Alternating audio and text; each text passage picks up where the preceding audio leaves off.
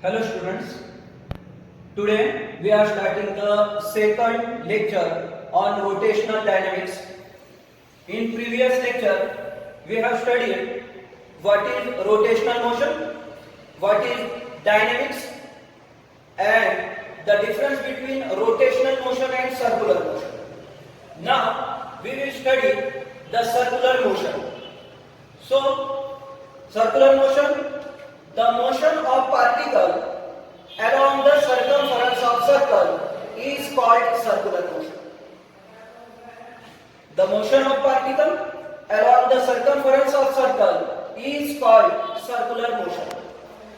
Example we have seen in last lecture, which is the motion of earth along the sun is circular motion. Second example, the motion of tip of blades of a fan is the circular motion. Now, characteristics of circular motion. First, it is an accelerated motion. First characteristic, it is an accelerated motion. He accelerated motion आहे. का motion ही accelerated आहे तर त्यामध्ये in circular motion the direction of velocity changes at every instant. तर आपल्याला माहित आहे का सर्क्युलर मोशन आहे.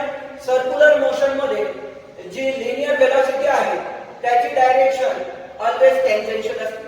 जर पार्टिकल या ठिकाणी असेल पॉइंट ए ला असेल तर त्याची वेलोसिटी ची डायरेक्शन अशी असणार. जर हेच पार्टिकल या ठिकाणी गेलं त्यावेळेस त्याची वेलोसिटीची डायरेक्शन अशी असणार म्हणजे टॅन्जेन्शियल. तर प्रत्येक पॉइंटला याची डायरेक्शन चेंज होती. त्यामुळे आपण काय म्हणणार याला, it is an accelerated motion. So circular motion is a accelerated motion. Why? Because its direction, because the direction of velocity changes at every instant. Now, second characteristic is it is a periodic motion.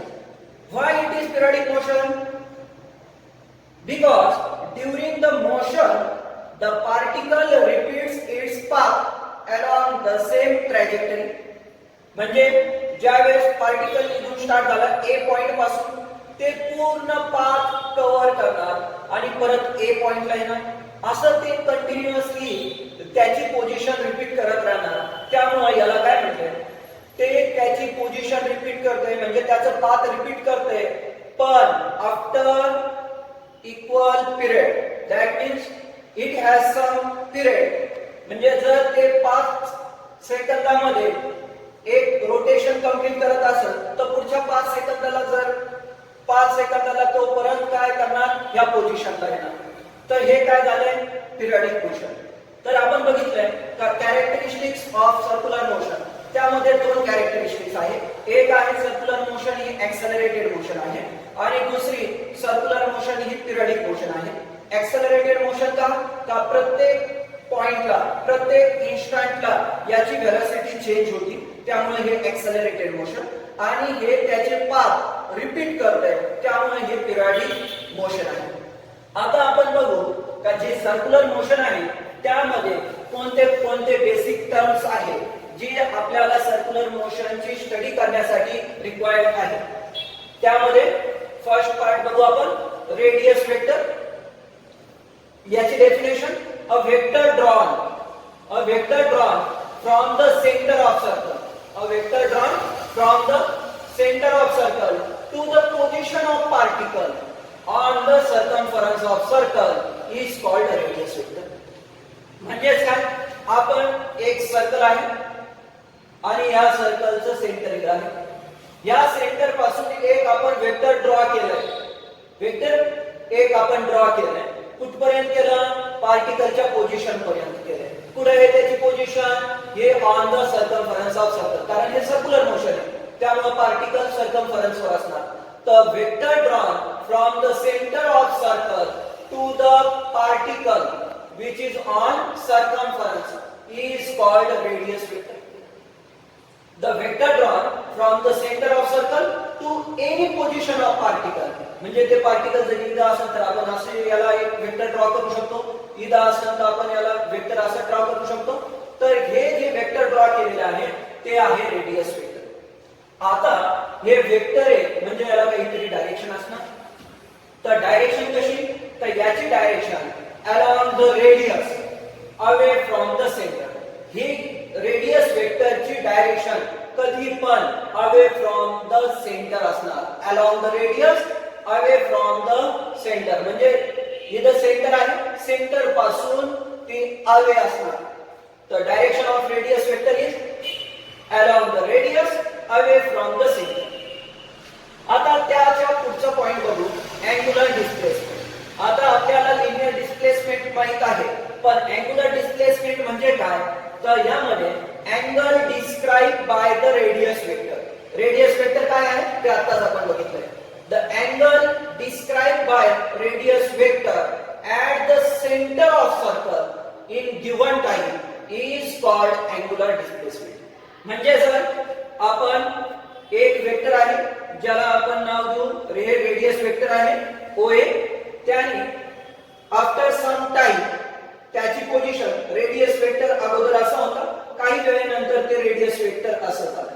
तर ह्या केस मध्ये या ठिकाणी त्यांनी जितका angle trace केला त्याला म्हणणार आपण angular displacement which is denoted by theta.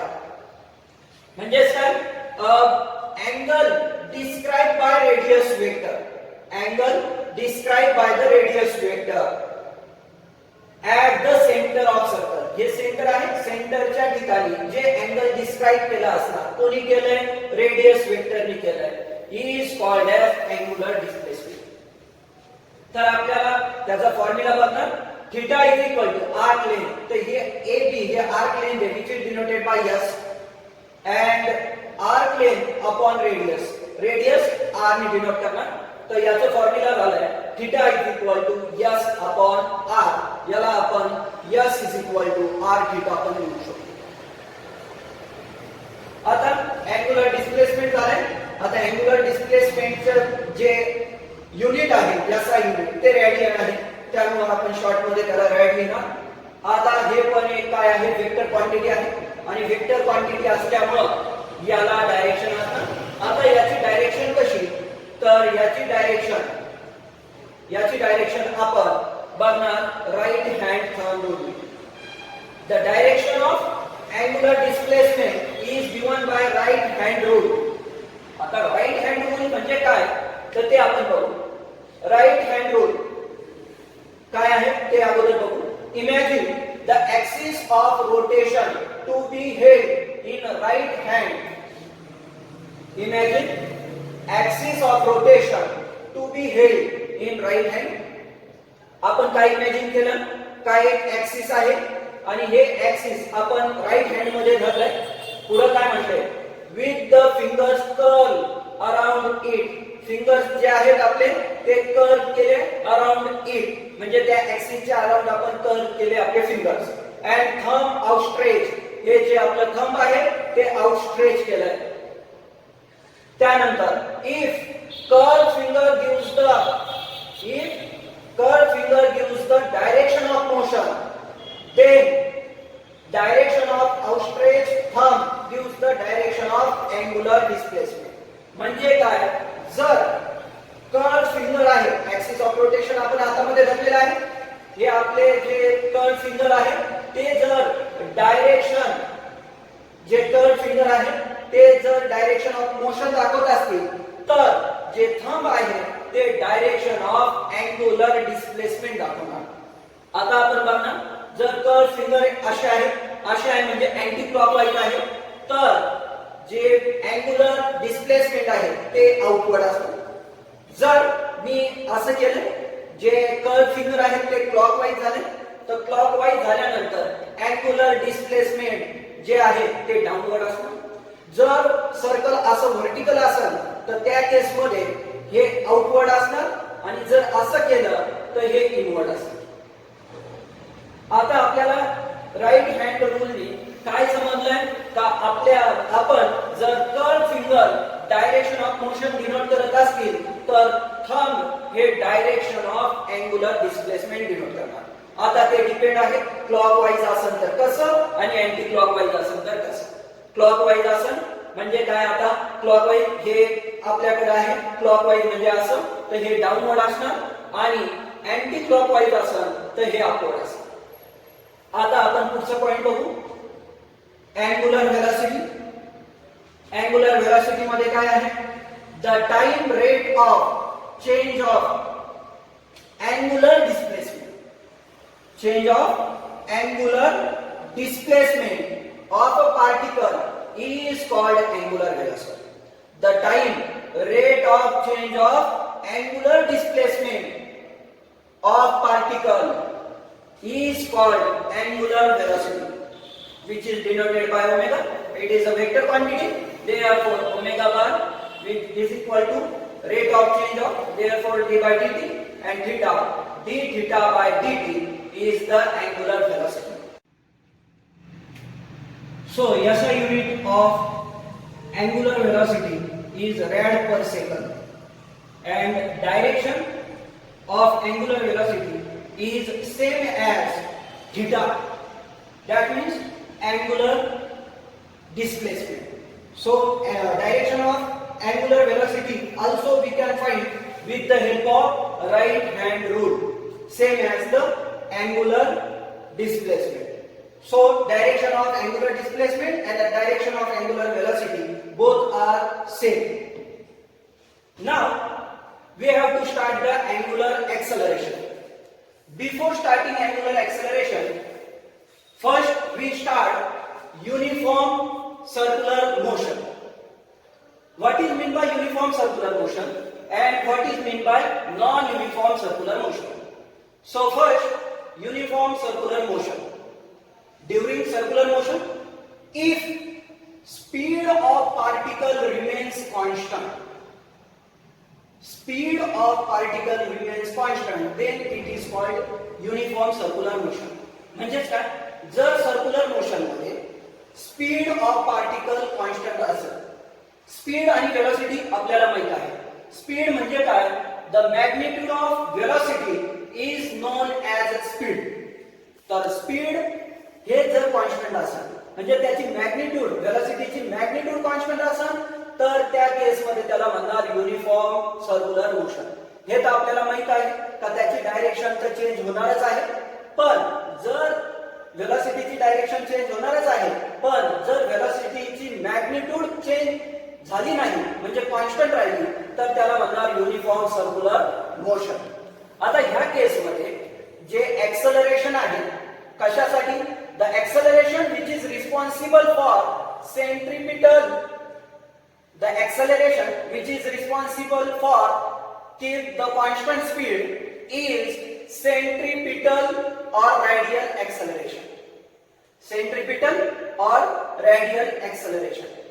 आता आपल्याला माहित आहे का या केस मध्ये स्पीड तर कॉन्स्टंट आहे, त्यामुळे आता स्पीड कॉन्स्टंट आहे पण त्याची डायरेक्शन जी व्हेलॉसिटीची डायरेक्शन आहे ती कॉन्स्टंट नाही, ती चेंज होती. त्यामुळे यामध्ये तर कोणतं ना कोणतं एक्सेलरेशन असणार. There are 3 types of acceleration, पण आता सध्या आपण एकाच एक्सेलरेशन वर कॉन्सन्ट्रेट करणार, ते आहे सेंट्रिपिटल एक्सेलरेशन किंवा त्याला रेडियल एक्सेलरेशन असेही म्हणतात. तर सेंट्रिपिटल एक्सेलरेशन ची मॅग्निट्यूड म्हणजे त्याची व्हॅल्यू काय आहे, तर जर वेक्टर फॉर्म मध्ये बघायला गेलो तर AR bar is equal to minus omega square R bar. आता तुम्ही म्हणणार निगेटिव्ह साइन का आले, कारण जे हे एक्सेलरेशन आहे याची डायरेक्शन आहे along the radius towards the center of circle. म्हणजेच काय, यामध्ये एक रेडियस वेक्टर आहे, ते त्याची डायरेक्शन आपण अगोदर बघितली होती. रेडियस वेक्टरची direction along the radius away from the center, याची direction along the radius toward the center. म्हणजेच काय, AR बार आणि R बार दोघांची डायरेक्शन अपोजिट आहे. AR bar away from the centre, AR bar towards the centre. त्यामुळे हे दोन्ही अपोजिट आहे आणि दोघांची डायरेक्शन अपोजिट असल्यामुळे इथं आपण निगेटिव्ह साइन दिले. आता आपण मॅग्निट्यूड बद्दल बोलू, म्हणजे त्याची व्हॅल्यू मॅग्निट्यूड. तर मॅग्निट्यूड मध्ये तर काय डायरेक्शनचं आपल्याला घेणं देणं नाही, तर त्यामुळे A R is equal to omega square R. इथं डायरेक्शन घेतली नाही त्यामुळे निगेटिव्ह साईन देणार नाही. आता एक फॉर्म्युला माहिती आपल्याला, V is equal to R omega. V is equal to R omega. तर आपण याच्या बेसवर या ठिकाणी ओमेगाला व्ही अपॉन आर लिहू शकतो. ओमेगाच्या जागेवर व्ही अपॉन आर लिहू शकतो. तर मी ह्या ओमेगा स्क्वेअरच्या जागेवर व्ही अपॉन आर लिहिणार, पण काय आहे द स्क्वेअर असल्यामुळे V square upon R square आणि या ठिकाणी आर आहे तर एक आर कॅन्सल होईल म्हणजे आपल्याला भेटेल व्ही स्क्वेअर अपॉन आर. आता दुसरं तर ए आर चा फॉर्म्युला ओमेगा स्क्वेअर आर किंवा त्याला कन्वर्ट केलं तर व्ही स्क्वेअर अपॉन आर.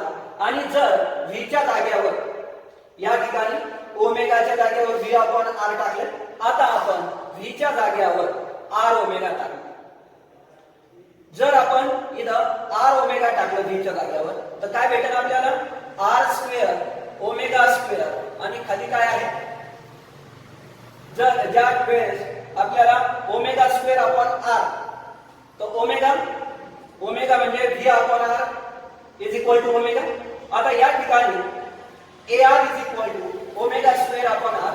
तर व्ही स्क्वेअर अपॉन आर कसं आलं आपण याच्यावरून बघितलं. आता आपल्याला पाहिजे व्ही ओमेगा कुठून आले, तर आता ओमेगा स्क्वेअर आर आहे आपल्याकडे, ओमेगा स्क्वेअर आर आहे. मी ओमेगा स्क्वेअर आर ला असं लिहितो omega into R. Omega square ला लिहिलं ओमेगा इंटू ओमेगा आणि ओमेगा आर म्हणजे काय, ओमेगा आर म्हणजे व्ही. तर मी व्ही इंटू ओमेगा किंवा ओमेगा इंटू व्ही, तर या ठिकाणी आपल्याला व्ही ओमेगा भेटले. तर आपल्याला ए आर चे 3 फॉर्म्युले भेटले, omega square R, V square upon R आणि तिसरा आहे व्ही ओमेगा. कसं आलं समजलं?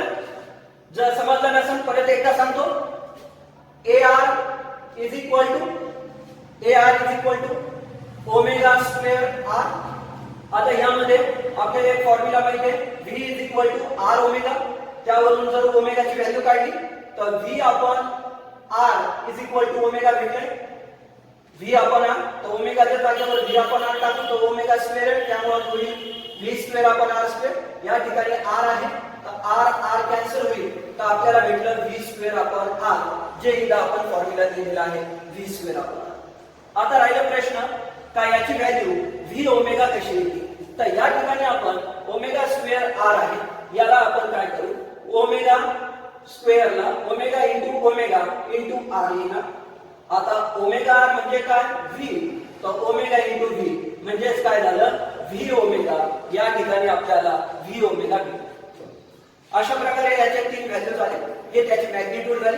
आता डायरेक्शन आपण बघितली काय आहे, along the radius toward the centre of circle. आता युनिफॉर्म सर्क्युलर मोशन मध्ये फक्त एकच टाइपचा ऍक्सेलरेशन असणार, तो कोणता, centripetal acceleration which is directed toward the centre of circle. आता आपण बघणार नॉन युनिफॉर्म सर्क्युलर मोशन. आता नॉन युनिफॉर्म सर्क्युलर मोशन काय आहे, ही एक सर्क्युलर मोशनच आहे, पण यामध्ये जे स्पीड आहे, speed of particle does not remain constant. जे स्पीड आहे पार्टिकलचं ते कॉन्स्टंट राहणार नाही during the circular motion. If speed of particle is not constant then it is non uniform circular motion. आता यामध्ये जी magnitude of A R bar is not constant. A R म्हणजे काय, रेडियल ऍक्सेलरेशन किंवा centripetal acceleration. Uniform circular motion मध्ये ती constant होती, या ठिकाणी ती कॉन्स्टंट राहणार नाही, पण सेंट्रीपिटल ऍक्सेलरेशन आहेच. दुसरं, the acceleration is responsible for changing the magnitude of velocity is always tangential.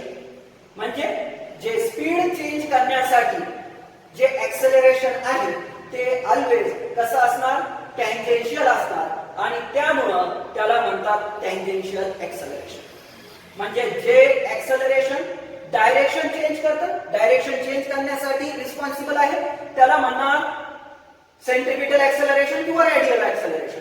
आता जे ऍक्सेलरेशन स्पीड म्हणजे काय, मॅग्निट्यूड ऑफ व्हेलॉसिटी चेंज करण्यासाठी रिस्पॉन्सिबल आहे, त्याला म्हणणार टँजेन्शियल ऍक्सेलरेशन. नाव का दिलं? कारण ते ऍक्सलरेशन हे ऑलवेज टँजेन्शियल, तो प्रत्येक वेळेस काय असणार? Tangential to the circle. आता आपण याच्या डायरेक्शन बद्दल बोलू.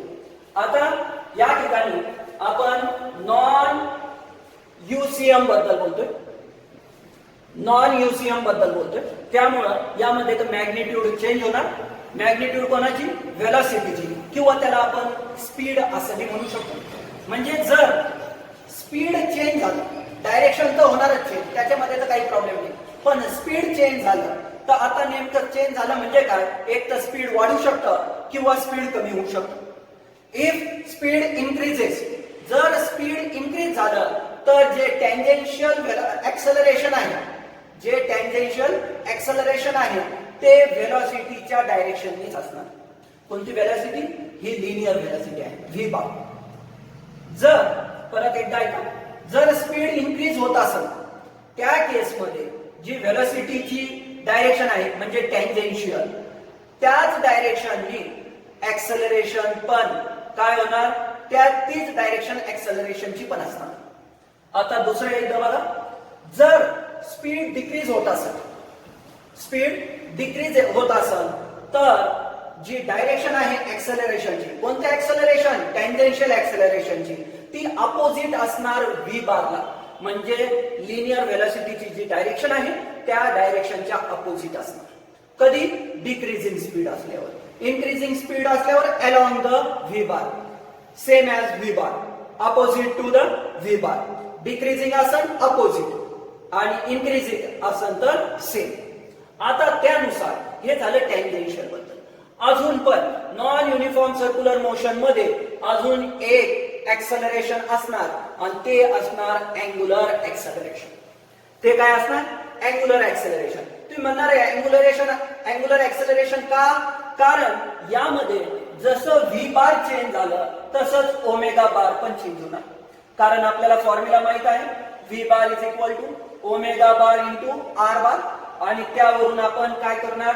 का जर व्ही बार चेंज झाला तर ओमेगा बार पण चेंज होईल, आणि ओमेगा बार चेंज झालं तर अल्फा बार पण चेंज होईल. म्हणजेच काय? Angular acceleration change.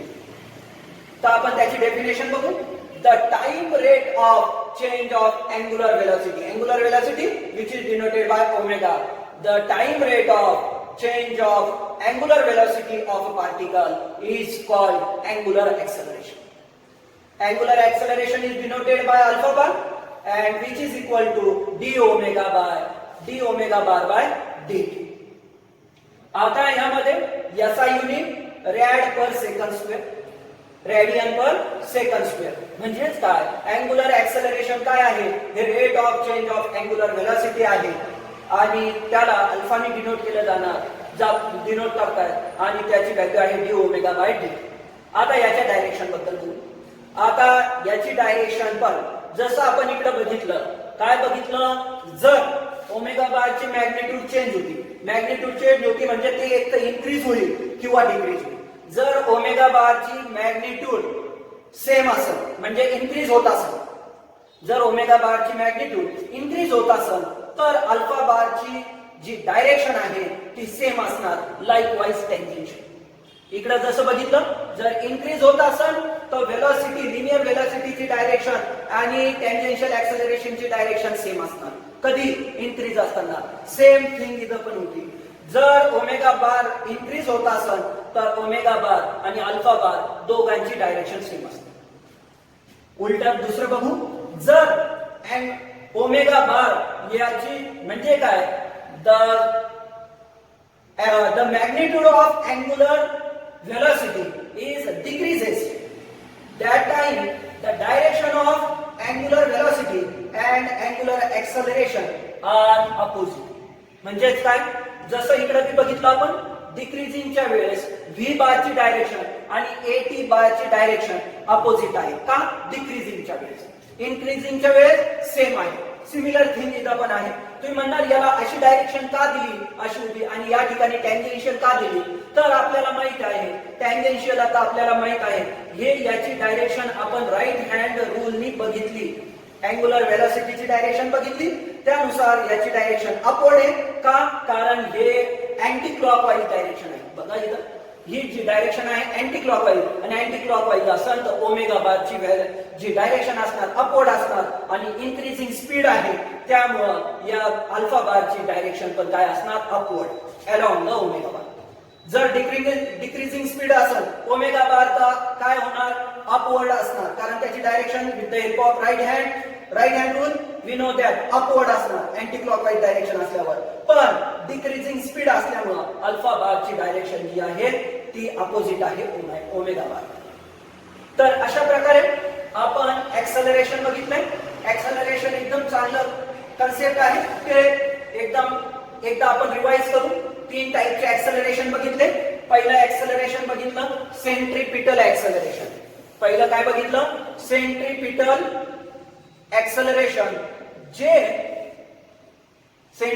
एक्सेलरेशन जे युसीएम मध्ये होते.